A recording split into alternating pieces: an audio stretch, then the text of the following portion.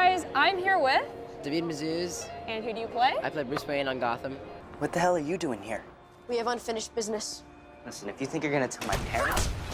Are you crazy? Don't talk about my mother! Really important question. How does Bruce Wayne get into a bar? Does he have a fake ID? Of course. Okay. Of course, yeah, he goes partying every Saturday night. Saturday night? Yeah. Dang, does he go out with Alfred? No. No. Sneaks out of the house. out of his back window. Of course. Just climbs right down. Yeah. You're a young guy. Yeah. Obviously, you have school and other things that you have to go to. Yeah. I mean, how do you balance it all out? You know, like a social life, girls, being Bruce Wayne, you know, what do you do? It's tough. I mean, I live in LA. That's where my friends are, so my school is.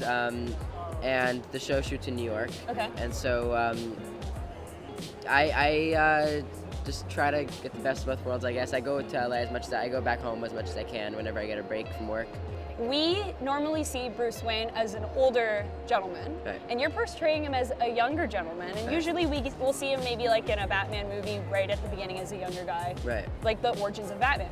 So, what did you do to prepare yourself for the role? Did I do myself? Yeah. Okay. Well, I mean, first of all, when I first found out I was getting the role, I did as much research as I could. I watched all the movies. I read as many comic books I can get my hands on. Watched the animated series, of course, and I just wanted to know what the character was that I was stepping into, because this character wasn't created for Gotham. This character has been around for a very, very long time. Yeah.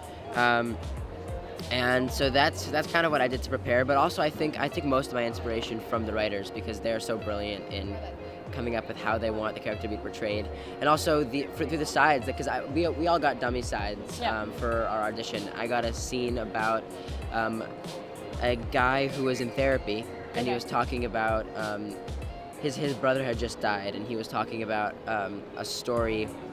The therapist said, think of a happy memory with your brother, and he was talking about a story with him and his brother were camping with their parents, and he was sitting in a tree and an eagle landed on the tree, and it was a very emotional scene.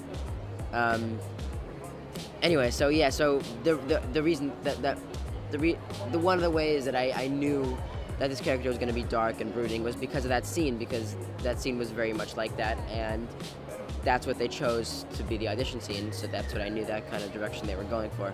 Did you get to meet any of the other Batmans? Because you said that you like Christian Bale. Yeah. I love Christian Bale, just because like he was the one that was going on when I was growing up. But I did get to meet Ben Affleck at the Batman vs Superman premiere. Did you guys get to talk, like no, Batman kind of? We only met for literally 30 seconds. Aww. So it was very quick. Just got a picture and that was it. But hopefully in the future I'll get to talk to somebody else who portrayed the role.